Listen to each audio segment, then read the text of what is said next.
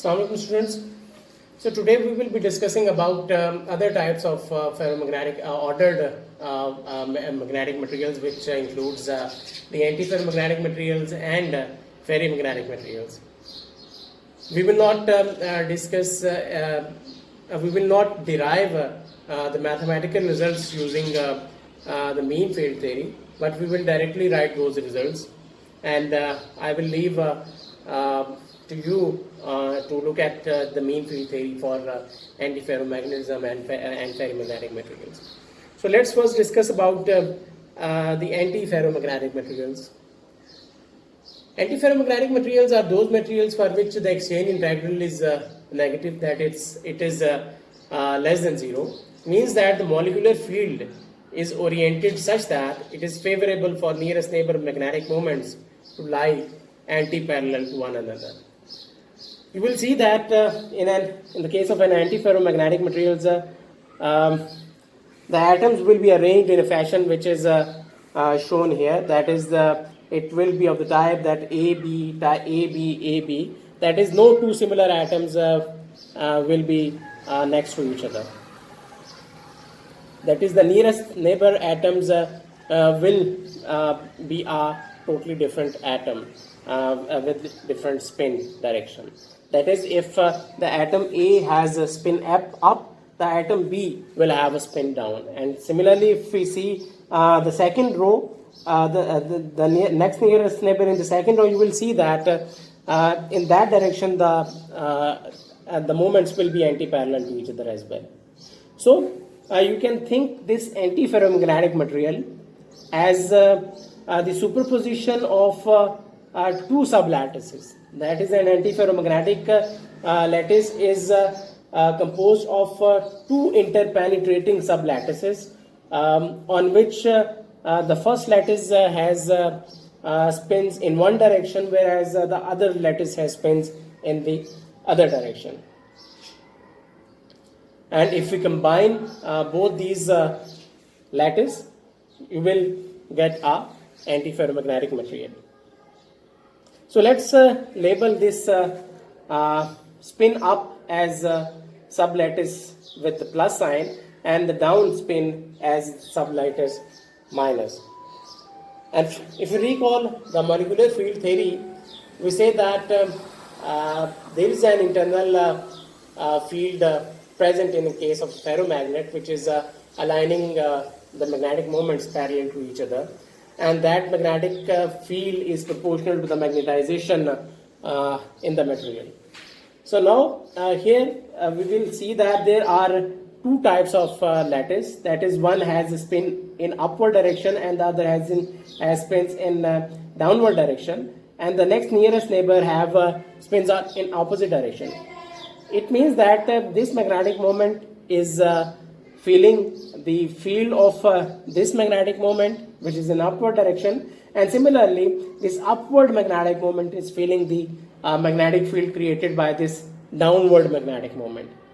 So we can say that the magnetic field on up spin lattice, that is with the plus sign, will be entirely due to the magnetization of on the other lattice, which is spin down.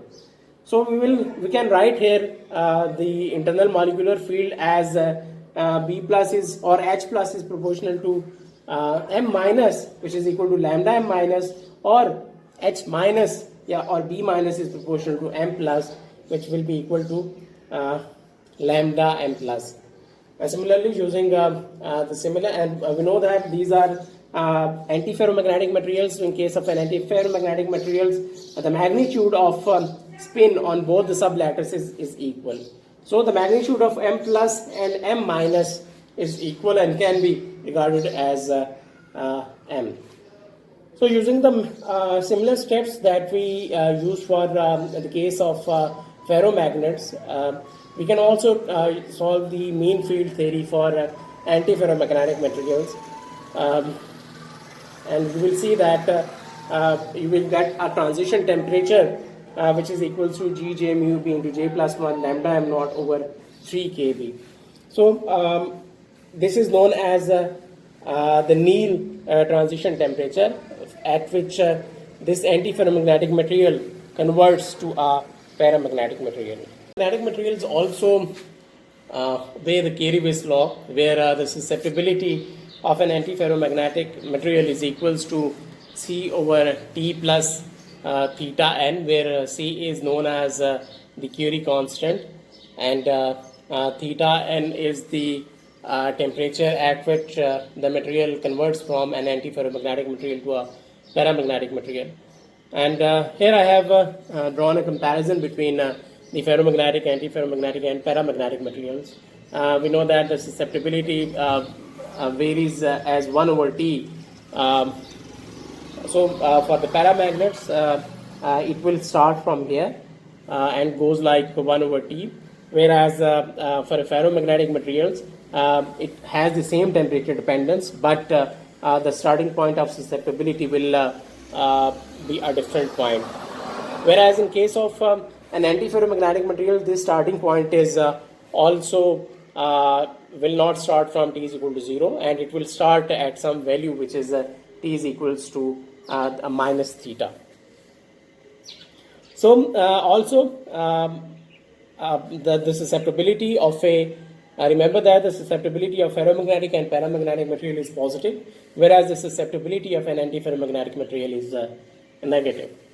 We can also plot 1 over chi as a function of T, and if you recall, we know that we will get a straight line for the case of all these three materials, where the paramagnetic material, the straight line will pass through the origin, whereas the ferromagnetic material will this straight line will pass through some positive values of theta. Similarly, the antiferromagnetic materials will cut this temperature axis to some negative values, which is known as the Néel temperature of the material. And antiferromagnetic materials and paramagnetic and ferromagnetic materials exactly obey this Curie-Weiss law. That is, they the experimental curve match this theoretical curve above this transition temperature region. So let's discuss about the types of these antiferromagnetic materials. The antiferromagnetic materials in which the atoms with the opposite spins are present, these opposite spins can be arranged in antiferromagnetic materials in different ways. Whereas there are 4 different types which are possible in case of a simple cubic lattice. There are 3 types which are also possible in case of a body-centered cubic lattice. So let's discuss the 4 types of antiferromagnetic materials in a simple cubic lattice. So in cubic perovskites, which have the magnetic atoms arranged on a simple cubic lattice, G-type ordering is very common, because superexcited interaction through oxygen atom forces all nearest neighboring magnetic moments to be anti-parallel aligned with each other. And this type of ordering is found in different materials such as lanthanum ferrite and lanthanum chromite. There are a few other examples as well. Whereas lanthanum magnite, it is also a simple cubic, it also has a cubic structure, but it has an ordering which is totally different from the G type of ordering because of the John-Taylor distortion which is present in case of lanthanum magnite. And if we recall the John-Taylor distortion, we know that due to the John-Taylor distortion, there is a distortion in the lattice, and some of the manganese-oxygen bonds will have larger lengths, whereas the others will have smaller lengths. So in this case, the distribution of spins will be different as compared to that of G-type ordering, which don't have any John-Taylor distortion. So in this case, you can regard the type A as that all the spin down electrons are on this upper layer, well as all the spin up electrons are on this lower layer. And similarly, you can find out other types of ordering such as type C and type E in antiferromagnetic materials. And I leave up to you to find examples for these types of orderings in antiferromagnetic materials. So that's it for the case of antiferromagnets. So now let's discuss about the ferrimagnetic materials. So now let's discuss about the ferrimagnetic materials. In the previous treatment for the case of antiferromagnetic materials, we assumed that the two sublattices were equivalent, that the magnitude of magnetization on both sublattices is equal, and they are parallel aligned, so that the net magnetization of the material is zero. But there can be some cases due to some crystallographic orientations that the net magnetization, that the magnetization on the two sublattices may not be equal. So if the magnetization on the two sublattices is not equal, the net magnetization in this case is not equal to zero. So we can define the ferrimagnets are the materials in which the magnetizations on the sublattices are opposite but not of equal magnitude. So therefore they will not cancel out each other and there will be a finite magnetization in the system. So you can also do the treatment of ferrimagnetic materials using the mean field theory, but in this case the molecular field on the two sublattices will be different because of the different magnitudes of magnetization in the case. So some common examples of ferrimagnetic materials includes ferrites, where the chemical formula for the ferrites is MO.Fe2O3, where M is a divalent cation, which can be zinc, cobalt ions, iron ions, nickel, copper, or manganese ions. These spinels have they have a spinel structure, and it has three types known as the normal, inverse, and mixed spinels. So there are two types of lattice sites in spinel structures, known as the tetrahedral and octahedral sites, and there are double octahedral sites as compared to that of the tetrahedral sites.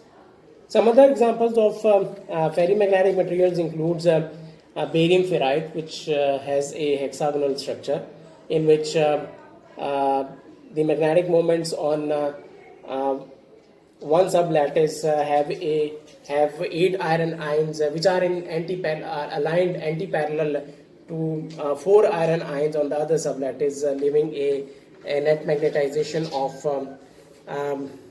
20 mu B.